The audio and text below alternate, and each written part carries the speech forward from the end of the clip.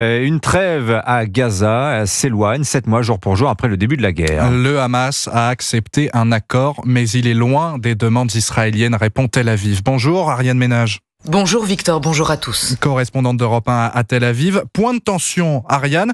L'État hébreu qui ne veut pas entendre parler d'un cessez-le-feu permanent.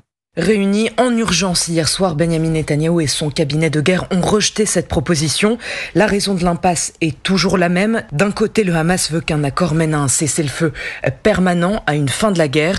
De l'autre, le gouvernement israélien s'y oppose et entend maintenir l'un de ses principaux objectifs de guerre, la destruction du Hamas à Gaza. Des négociations de la dernière chance doivent tout de même se tenir au Caire. Le Qatar, le Hamas et Israël vont y renvoyer des équipes de négociateurs pour tenter de surmonter les désaccords.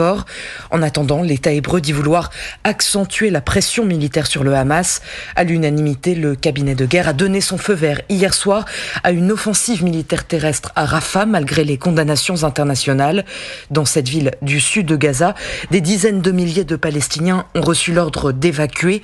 L'armée israélienne y mène ce matin des frappes aériennes et ses troupes, ses chars, avancent vers le point de passage qui relie l'Égypte et Gaza. La correspondante d'Europe 1 à Tel Aviv, Ariane Ménage.